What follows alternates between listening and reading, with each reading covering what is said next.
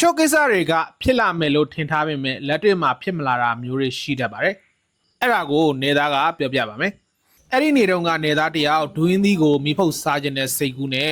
ဈေးကနေဒွင်းသီးတစ်လုံးကိုဝယ်လာခဲ့ပါတယ်။ဝယ်လာခဲ့တဲ့ဒွင်းသီးအရွယ်စားကအလက်ဆိုင်ဆိုတော့1000တော့ပေးရပါတယ်။အနမ်းကလည်းမှုန်းနေပြီဆိုတော့ခွဲစားလို့ရတဲ့အနေထားပါ။ဒါကတော့ဒွင်းသီးကိုမိဖုတ်စားဖို့အတွက်မိဖုတ်နေတာပါ။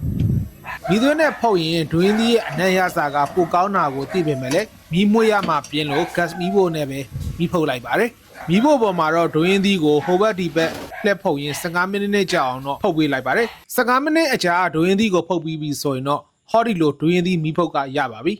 ဒွင်းသီးကိုဓာတ်နဲ့ခွဲလိုက်ပြီးနောက်ပိုင်းမှာတော့အဆင်အောင်လွဲသွားပါတယ်ဒီဒွင်းသီးမှာအမွှာတိတ်မပါပဲသိပေမဲ့ဒီလောက်ထိသေးမဲ့လို့တော့လုံးဝမထင်ထားပါဘူးဒါကြောင့်နေသားရဲ့ဒွင်းသီးမီးဖုတ် project ကတော့ကြာရှုံးသွားခဲ့ရပါတယ်ကြာရှုံးမှတူတူမထူးဘူးဆိုပြီးတော့မထူးဆက်ခင်ပြီးစားပါတော့မယ်ဒွင်းသီးကအမွှာသေးပေမဲ့လည်းသူရှိသင့်ရှိထိုက်တဲ့ရတာရှိတဲ့အတွက်တော်ပါသေးတယ်ဒါကတော့ပေးထားတဲ့1000နဲ့တက်အောင်အသားခုံတဲ့အထိစားနေတာပါဒီနေ့ဘရော့လေးကတော့ဒီလောက်ပါပဲနောက်ထပ်ဘရော့တွေမှာပြတ်တွေးကြရအောင်ဒီနေ့ကတော့နေသားကနေ့လယ်စာကိုကိုရီးယားစာစားကြတာနဲ့နည်းနည်းကထုတ်တဲ့အတင်စားပဲခောက်ဆွဲကိုပြုတ်စားခဲ့ပါတယ်ဒီလိုအတင်စားခောက်ဆွဲတွေကကျမ်းမာရေးနဲ့မညီညွတ်တာသိပေမဲ့တခါတလေတော့နေသားကပြုတ်ပြီးတော့စားပြစ်ပါတယ်ခောက်ဆွဲပြုတ်ဖို့အတွက်အရင်ဆုံးလုပ်ရတာကရိုးရမပြက်ရှင်နေအိုးတည်ပြီးခောက်ဆွဲပြုတ်ရတာပါနည်းနည်းခောက်ဆွဲကအရင်ကထက်ပို့ပြီးတော့ဈေးကြီးလာသလိုပါတဲ့ခောက်ဆွဲကလည်းအရင်ကထက်ပို့ပြီးသေးသွားတယ်လို့ထင်ပါတယ်ပြုတ်ထားတဲ့ခောက်ဆွဲကိုရပြီဆိုရင်တော့အိမ်မှာချက်ထားတဲ့ကြက်သားရဲ့ပဲနဲ့ထုတ်ခဲ့ထည့်ပြီးတော့နေပါမယ်ခောက်ဆွဲပို့ပြီးတော့အရသာရှိစေဖို့အတွက်ပြုတ်ထားတဲ့ကြက်ဥပြုတ်လေးလည်းထည့်ပါမယ်ဒါဆိုရင်တော့နေ့လယ်စာအနေနဲ့နည်းနည်းအားထုတ်တဲ့အတင်စားပဲခောက်ဆွဲကိုစားလိုက်ပါအောင်မယ်စားကြပါဦးကိုရီးယားပဲခောက်ဆွဲရဲ့နာမည်ရင်းကဂျာဂျာမောင်လို့ခေါ်ပြီးတော့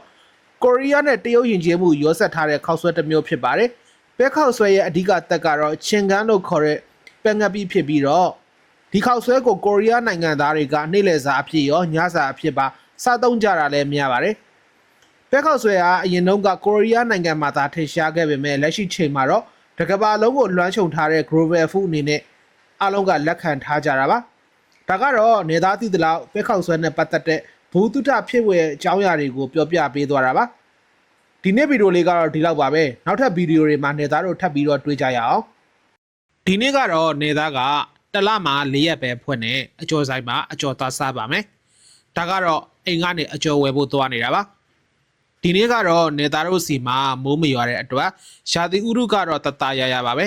သွားရင်လာရင်နဲ့ပတ်ဝန်းကျင်ကလူတွေကိုလည်းနေသားကနှုတ်ဆက်လိုက်ပါသေးတယ်ဟိုကျွန်တော်အကျော်တော့မလို့ရှောင်းရင်းနဲ့တဖြည်းဖြည်းနဲ့အကျော်ဆိုင်ကိုရောက်လာပါပြီအကျော်ဆိုင်နာမည်ကတော့အဖြူရောင်ပါဒီအကျော်ဆိုင်ကတပတ်ကိုတောက်ကြနေတရက်ပဲဖွင့်တာပါဒါကြောင့်နေသားတို့ကတစ်လကို4ရက်ပဲသူ့စီကနေအကျော်ဝယ်စားလို့ရပါတယ်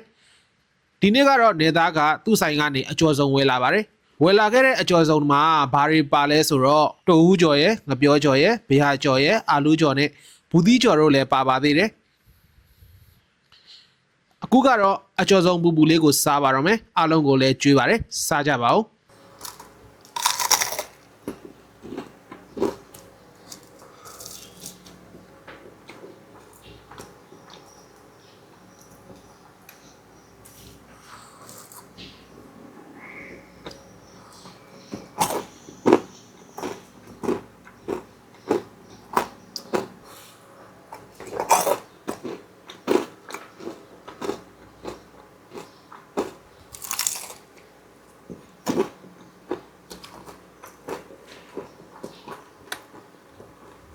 နောက်ပြီးတော့အကျော်တွေကကျွတ်တယ်လို့စီးတန်းတန်းနဲ့ကြော်ထားတဲ့အတွက်စားလိုက်ရင်လေကြားထဲမှာရှာတတဖြစ်တာတွေတော့မရှိပါဘူး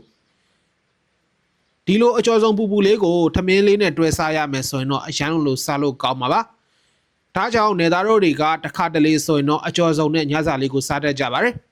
ဒါကြောင့်လဲသူ့ဆိုင်ကနေသားတို့စီမှာနာမည်ကြီးအကျော်ဆိုင်ဖြစ်ရက်တည်နေတာလည်းဖြစ်ပါတယ်